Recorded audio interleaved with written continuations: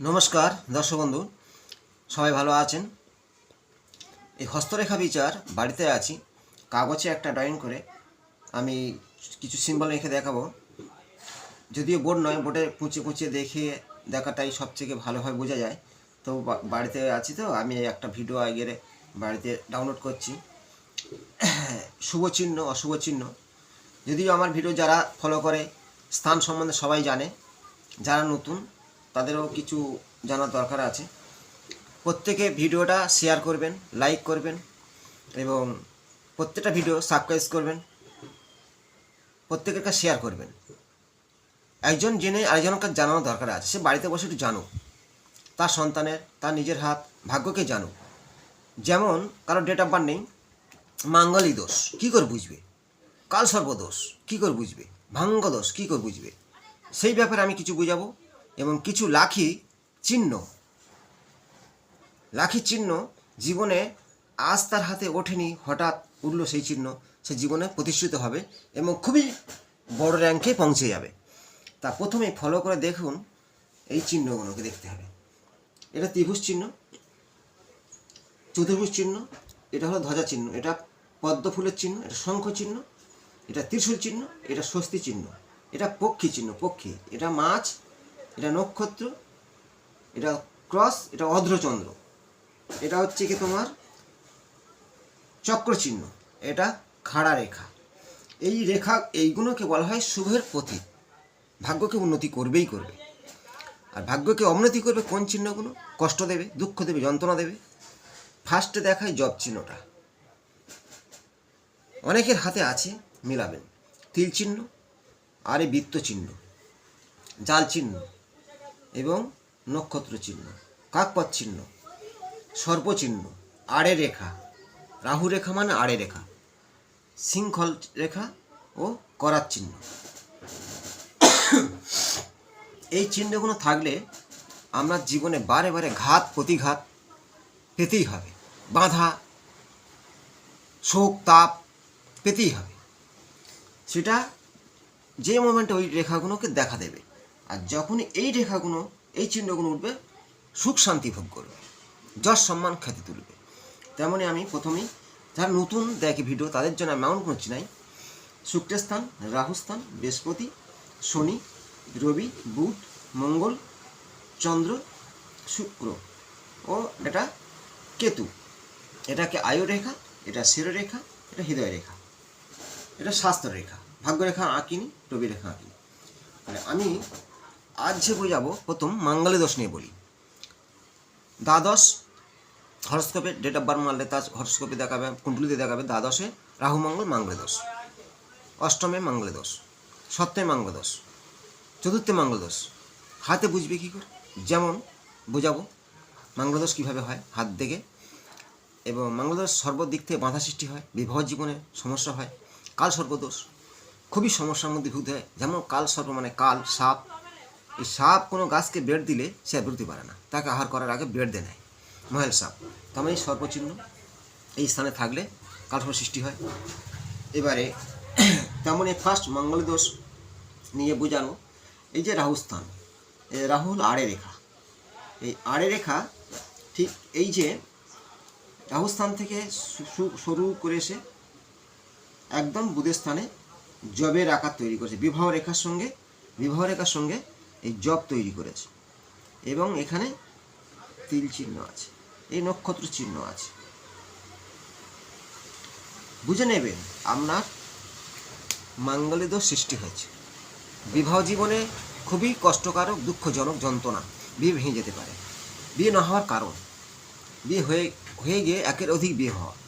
এই রাহু রেখা, এই আড়ে রেখা, রাহু এসে কেটে আয়ু রেখাকে কাটলো, শিরোরেখা কাটলো, শ্বাসরেখা কাটলো, কটকটা হানি হবে স্বাস্থ্যের প্রতি, ব্রেনের প্রতি।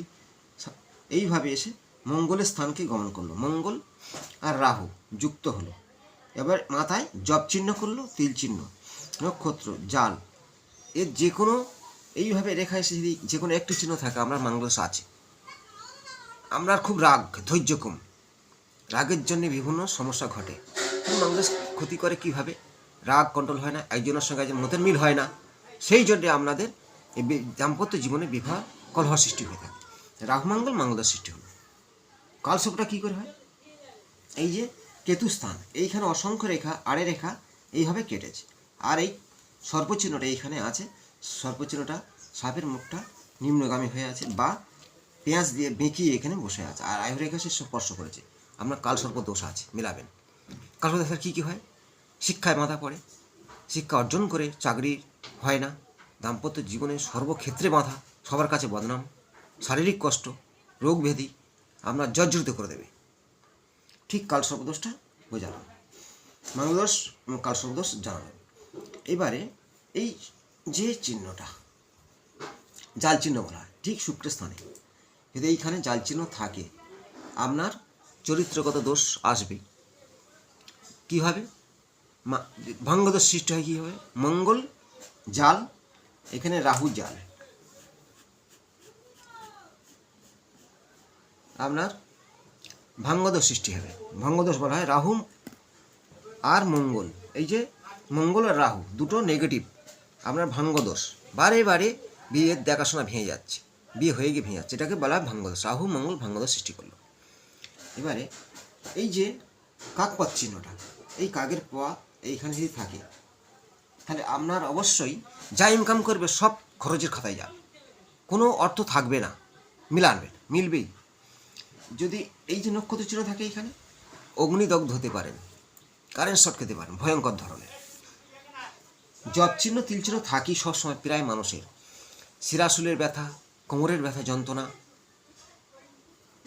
নো প্রেশার, এই শনিস্থানে খালা হয়, নালা হয়, শনি খারাপ, কষ্ট দুঃখ যন্ত্রণা, আপনার নো প্রেশার, মাথা ঘুরে, এখানে যদি খালা হয়, নালা বয়ে যাচ্ছে, মিলবেই। এই যে শৃঙ্খলযুক্ত রেখা, হৃদয় রেখাটা শৃঙ্খলযুক্ত, বারে বারে আপনি হৃদয়ে কষ্ট পাবেন। করার চিহ্ন হৃদয় রেখা, বিয়ে করে শান্তি নেই, বিয়ে না হওয়ার কারণ। এই রেখা আয়ু রেখায় থাকলে তাহলে তার জীবনে জন্ম থেকে বারবার তার যতদিন বেঁচে থাকবে কষ্ট দেবে। শৃঙ্খলের রেখা যদি হৃদয় রেখা থাকে, মস্তিষ্কের বিকার হয়, মস্তিষ্কে আঘাত হয়ে থাকে। এই যে ক্রস চিহ্ন সব জায়গায় শুভ নয়, ক্রস চিহ্ন শাস্ত্র রেখা থাকলে যেখানে থাকবে সেই বয়সে তার হানিকারক হবে। আয়ু রেখায় থাকলে সেই বয়সে অপারেশন চালাবে, ব্রেন রেখায় থাকলে সেই বয়সে মাথায় আঘাত হবে, শরীর রেখায় থাকলে হার্টের ওপরে প্রবলেম হবে, চন্দ্রের ক্ষেত্রে থাকলে মানহানি হবে, শ্বাসকষ্ট সৃষ্টি হবে। এই নক্ষত্রের চন্দ্র থাকলে শ্বাসকষ্ট রোগ আসবে। তিল চিহ্ন থাকলে কোনো কারণ নেই, আপনি কোনো কিছু করেন বদনাম হবে, কলঙ্কিত হবে। সর্পচিহ্ন সেইখানে থাকে, তার সর্পঘাতে বিষ ক্রীড়ায় মানে তাকে জর্জরিত করে দেবে। তাহলে এই যে নেগেটিভ চিহ্নগুলো বোঝাচ্ছে।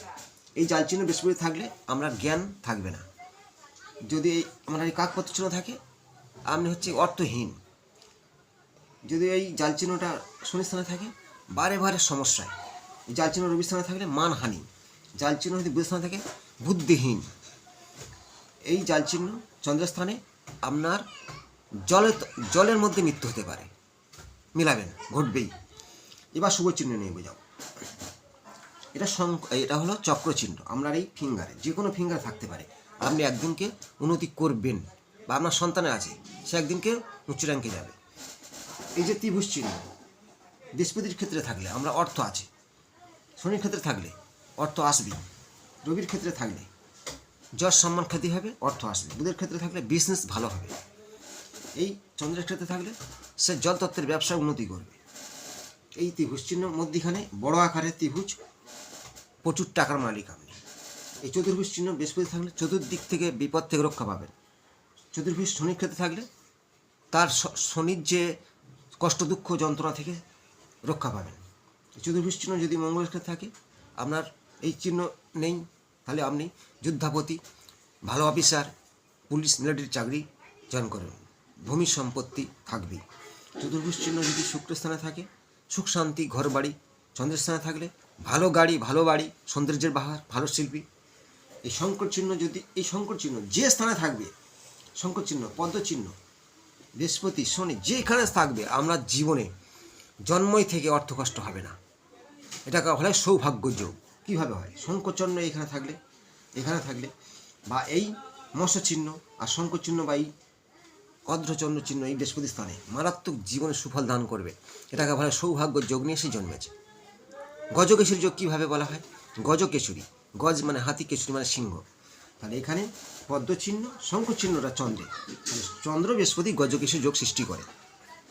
এবার দেখাবো ত্রিশূল চিহ্ন শনির ক্ষেত্রে, যথেষ্ট সে সাধক, প্রকৃত সাধু শনির ক্ষেত্রে ত্রিশূল চিহ্ন শনির ক্ষেত্রে থাকলে আপনি প্রকৃত সাধু হবেন একদিনকে, ধর্মপথে মতি থাকবে। যা শনির ক্ষেত্রে ত্রিশূল নয়, প্রকৃত সাধু নয়, তিলক কাটলে মালা পড়লে হয় না। ত্রিশূল চিহ্ন শনির ক্ষেত্রে থাকলে সে প্রকৃত জ্ঞানী, ত্যাগী, শনি হল ত্যাগী। এই ত্রিশূল চিহ্ন এখানে থাকলে সে প্রকৃত সাধু, চিনে নেন। এই ত্রিশূল চিহ্ন রবির ক্ষেত্রে থাকলে যশ সম্মান খ্যাতি ভরে উঠবে। তাহলে ত্রিশূল চিহ্ন যেখানে থাকবে সুফল ধারণ করবে, তার মধ্যে সাধুত্ব ভাব আনবে। আর এই পক্ষী চিহ্ন বেশিরভাগ থাকে না, খুব কম লোকের হাতে থাকে। পক্ষী চিহ্ন যদি বেশিরভাগ দেখা যায় এই মিডল পজিশনটায়, অনেক সময় দেখা যায় এই মিডল পজিশনটায়। তাদের জীবনে একের অধিক গাড়ি আছে, বিদেশে যায়, বিদেশি যাত্রা ইনকাম, প্রচুর টাকার মালিক এই পক্ষী চিহ্ন থাকলে। এই ক্রস চিহ্ন বৃহস্পতির ক্ষেত্রে বিয়ের পথে উন্নতি হবেই হবে, মাঝে মাঝে ছোটোখাটো মাথায় আঘাত হবে। এই শুভ চিহ্ন আপনার যেখানে থাকবে সেটা সুফল দান করে থাকবে। খাড়া রেখা, ঊর্ধ্বগামী খাড়া রেখা আছে আপনার সন্তানের হাতে বা আপনার হাতে, কোনো রেখার দ্বারা আড়াইভাবে যদি কেটে দেয়, আপনি কিন্তু বাঁধার মুখে পড়বে। শিক্ষায় বাঁধা, যশ সম্মান নেই, সবাই ভালোবাসে না, আপনার মধ্যেই এই জিনিসগুলো আসবে। আর যদি খাড়া রেখা থাকে, এই খাড়া রেখাগুলো আপনার হাতে থাকে, তাহলে আপনি উন্নতি করবে, অর্থ থাকবে, সব দিক থেকে আপনার মনের ইচ্ছা পূরণ হবে। এই খাড়া রেখা অনেক সময় খাড়া রেখা এইভাবে ওঠে, বৃহস্পতি স্থানে যায়, আজীবন অর্থ কষ্ট হবে না। ছোটোবেলা থেকে আমরা অর্থ হাতে থাকবেই। যদি এইখান থেকে খাড়া রেখা উঠে এই ভাগ্যরেখা থেকে, এইটা বলা হয় ভাগ্যরেখা, খাড়া রেখা এইভাবে উঠে যাচ্ছে, আপনার এই যে আড়ে রেখা কেটেছে, বাঁধা বিঘ্ন দিচ্ছে, আপনার জীবনে সে বাঁধাটা অনেকটা কমিয়ে দেবে এবং ভাগ্যকে সাপোর্ট দেবে। আপনার ভাগ্য খুব ভালো।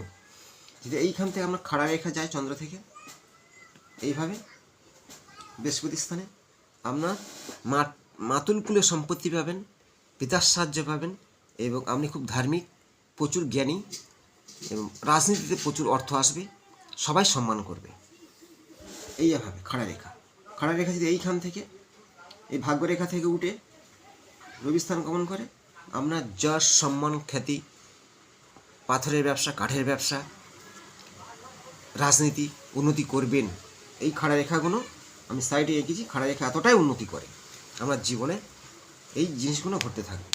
এই যে ত্রিভুজ চিহ্ন, এই ত্রিভুজ চিহ্ন আমরা এই মণিবন্ধন থাকলে ফটকা টাকা পাবেন, হঠাৎ অর্থপ্রাপ্তি যোগ আপনার হাতে মিলান। এই খাড়া রেখা এইভাবে এইখান থেকে গেছে, আপনার জীবনে অর্থ আসবেই, বিপদ থেকে আমরা রক্ষা করবে। মিলাবেন। আমি যে ভিডিওটা দিচ্ছি নিজেরা সবার কাছে শেয়ার করবেন, প্রত্যেকটা লাইক করুন, ভালো থাকবেন, নমস্কার।